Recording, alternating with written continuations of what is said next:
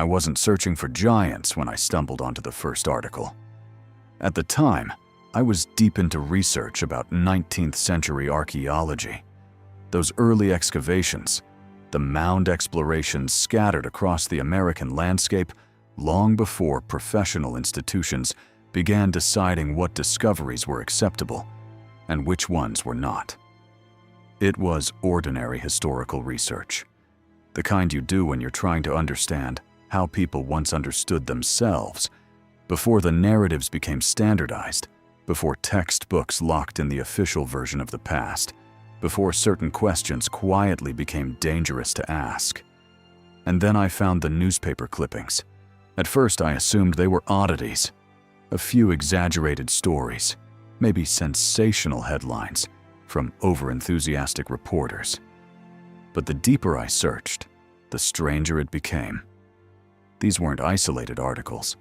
There were hundreds of them, published in mainstream newspapers all across the country. And the tone was never sensational. Reporters wrote about the discoveries with calm confidence, as if they were documenting something unusual, but not unbelievable. Giant human skeletons, 7 feet tall, 8 feet tall, 9 feet tall, sometimes even larger. They were uncovered in burial mounds, found in caves during railroad construction, exposed along riverbanks after spring floods washed away the soil that had hidden them for centuries. They were discovered, documented, and then somehow forgotten, as if an entire category of archaeological evidence had simply slipped out of history. One article stood out immediately. The New York Times, May 4th, 1912. The report described the excavation of 18 giant skeletons discovered in southwestern Wisconsin. According to the article, the bones were enormous. The skulls were unusually thick. The jawbones were so large they could fit over a normal man's face like a mask. This wasn't some obscure tabloid chasing sensational headlines. This was the paper of record, the same publication covering presidential elections and international wars. And yet here it was, calmly documenting a discovery that should have rewritten anthropology textbooks and redirected archaeological research for generations. But it didn't. The skeletons were sent away for study. The story faded from public attention. And when you try to find what happened next, follow-up reports, academic papers, museum displays, there's nothing. Just silence. It's as if the discovery never happened. As if 18 massive human skeletons simply stopped existing the moment they left the ground that had preserved them. And that pattern repeats again and again throughout the archives. The San Diego Union, August 1895. A giant skeleton uncovered during excavation work, believed to belong to a man at least 8 feet tall. The Washington Post, June 1893. Extraordinarily large human remains discovered in a Minnesota burial mound, accompanied by copper artifacts hinting at advanced metallurgical knowledge. The Indianapolis News, November 1879. Farmers digging a new well uncover a skeleton measuring more than 8 feet. The skull alone, reportedly twice the size of an ordinary human head. The Middletown Signal, 1899. Giant human remains found in Ohio beside tools and ornaments, suggesting the individual held an important position in the society that buried him. The Worthington Advance, 1897. 10 enormous skeletons discovered in a Minnesota mound, each measuring between 7 and 8 feet, carefully arranged in a deliberate burial pattern. These weren't fringe publications inventing stories to sell papers. These were the trusted newspapers of their communities, the same papers reporting on local politics, crop prices, and the everyday events of American life. And they described giant skeletons with the same matter-of-fact tone they used for everything else. Because at the time, these discoveries weren't controversial. They weren't impossible. They were simply news. Unusual enough to deserve attention, but not so extraordinary that reporters felt the need to defend what they were describing. That realization is what pushed me further. I started building a database, collecting every clipping I could find. Digitized archives, microfilm collections, the dusty files of local historical societies that had never been absorbed into larger institutional systems. Every reference, every measurement, every location, and every detail about what had been discovered alongside the bones. The numbers quickly became impossible to dismiss as coincidence. Between 1850 and 1920, I documented more than 300 separate newspaper reports describing the discovery of giant human skeletons across the United States alone. 300 independent accounts. And they weren't randomly scattered across the country. They clustered in specific regions with remarkable precision. The Ohio Valley, the Mississippi River Basin, the Great Lakes region.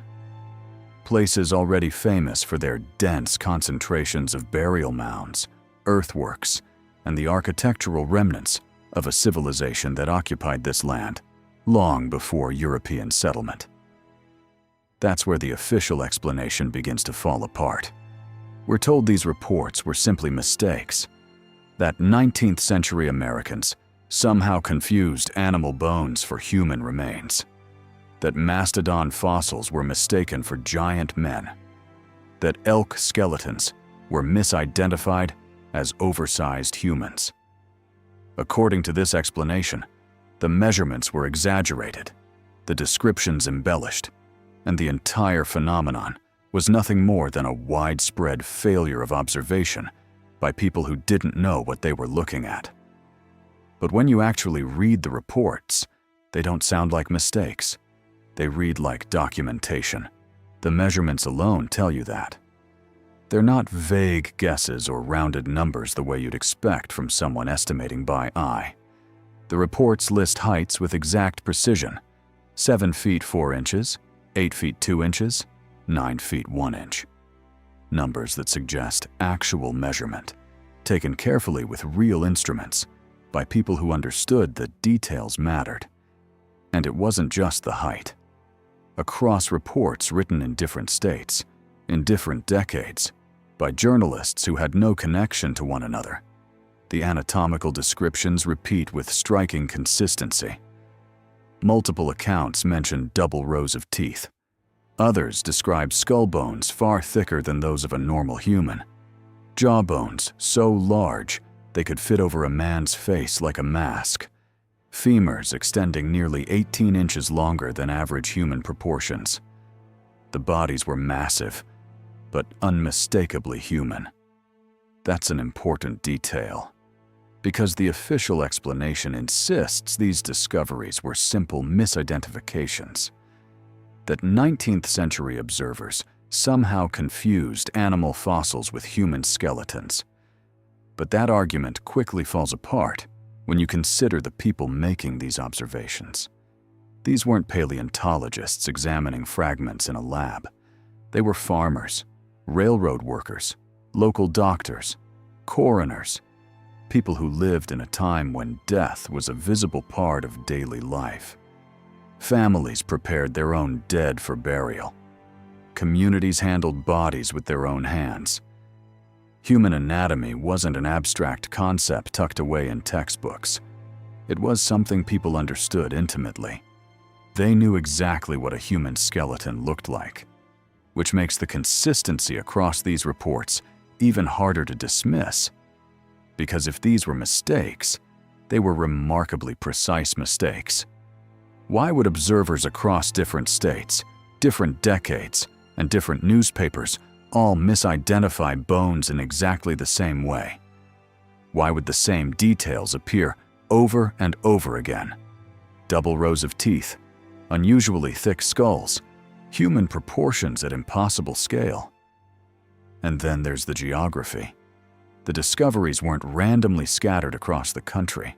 They clustered with surprising precision in specific river valleys: the Ohio Valley, the Mississippi Basin, the Great Lakes region. These are the same areas where massive burial mounds and earthworks dominate the landscape. Ancient structures built by civilizations that existed long before European settlers arrived.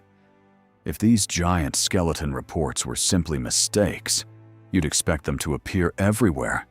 Random errors, evenly distributed across the country. But that's not what the data shows. Instead, the reports concentrate in regions already known for large prehistoric burial sites. That pattern suggests something very different. Not confusion. Evidence. Evidence of something that existed in sufficient numbers to be discovered repeatedly by people digging into the same ancient landscapes. And that brings us to the institution that was supposed to study these remains: the Smithsonian.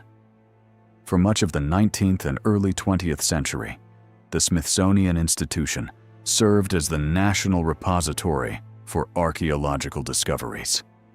When unusual artifacts or skeletal remains were uncovered anywhere in the United States, they were often shipped to Washington for professional examination. Many of the newspaper reports mention exactly that. The skeletons were packed carefully and sent to the Smithsonian for study, which is exactly what you'd expect. The institution's mission was to collect and preserve scientific evidence for future generations. So naturally, I went looking for the records. If hundreds of giant skeletons had been discovered and sent to Washington, there should be a paper trail. Intake records, scientific reports, catalog entries showing where the specimens were stored. At the very least, the bones themselves should still exist somewhere inside the Smithsonian's vast collections.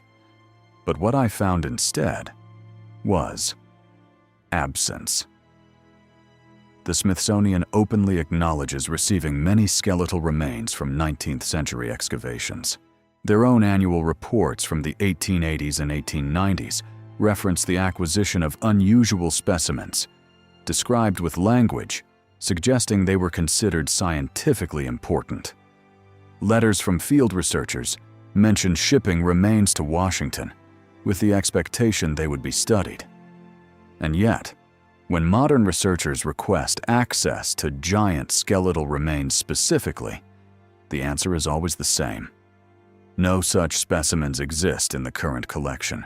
According to the institution, the bones were lost, misplaced, never properly cataloged, destroyed during routine collection management, damaged during moves between facilities, and discarded. The explanations change depending on who you ask, but the outcome never changes. The skeletons are gone, hundreds of specimens uncovered across the continent, documented by reputable witnesses, reported by mainstream newspapers, shipped to the nation's premier scientific institution for preservation. And somehow, every single one has vanished. No detailed disposal records. No archived studies explaining why they were dismissed. No surviving specimens available for examination today. Just a quiet absence where the evidence should be. And that raises a question no one in official channels seems eager to answer. If these bones were simply misidentified animal remains, as the skeptical explanation claims, why were they accepted by the Smithsonian in the first place?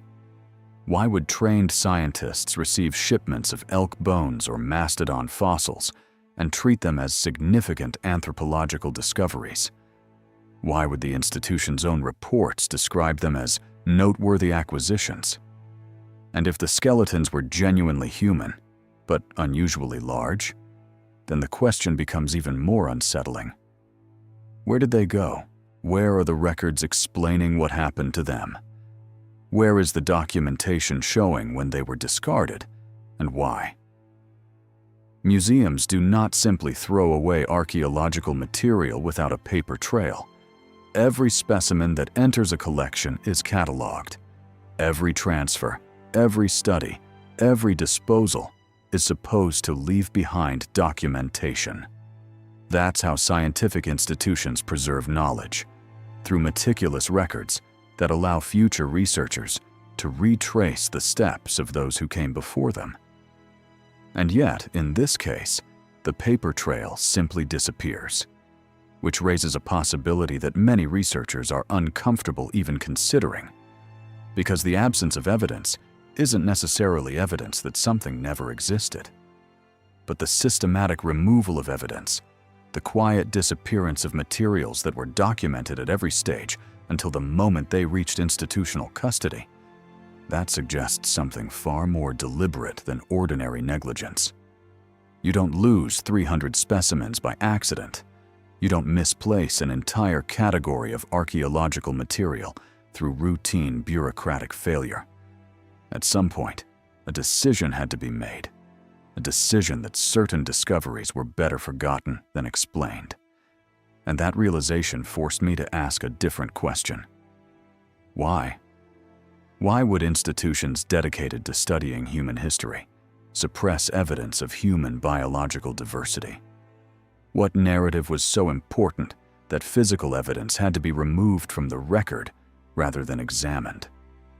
The answer began to reveal itself when I looked more closely at the timeline.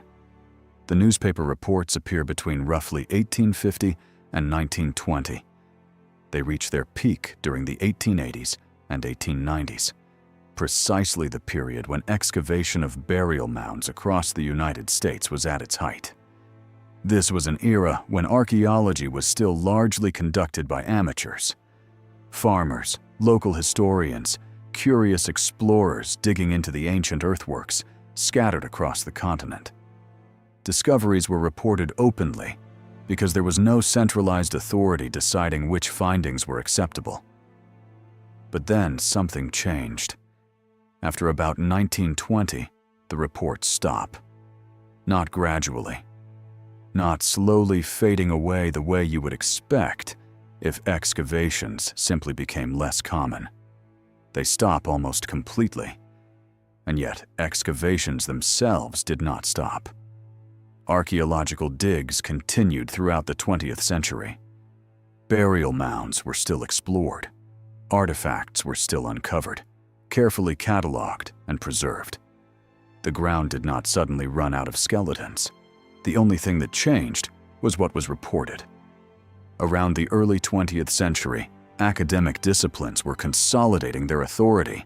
Anthropology and archaeology were becoming professionalized fields. Universities and museums were establishing control over what counted as legitimate research. And with that authority came standardized narratives. Narratives about how human beings evolved, how civilizations developed, what the limits of human biology were supposed to be. Within that framework, human height exists inside a certain range. Human history follows certain patterns. Human civilizations rise and fall according to established models. And within that model, there is no room for giants, no place for evidence suggesting that human biological diversity might once have extended far beyond the limits described in textbooks. No room for discoveries that imply something very different about the ancient past. Once those frameworks were in place, the consequences were inevitable. Discoveries that contradicted them didn't just become controversial, they became professionally dangerous. The last newspaper reports of giant skeletons appear right around the same moment that academic institutions began asserting authority over archaeological interpretation. The specimens disappear from collections, just as museums became the gatekeepers of physical evidence. The questions stop being asked, just as asking them could threaten a researcher's career. Once you see that pattern, it becomes impossible to ignore. Because the evidence hasn't completely vanished. The newspaper archives still exist. Thousands of pages preserved in digital databases, microfilm reels, and the forgotten files of local historical societies. Anyone can read them. Anyone can see that for nearly 70 years, giant human skeletons were reported with calm, professional regularity. And yet today, those discoveries exist almost nowhere in our collective memory.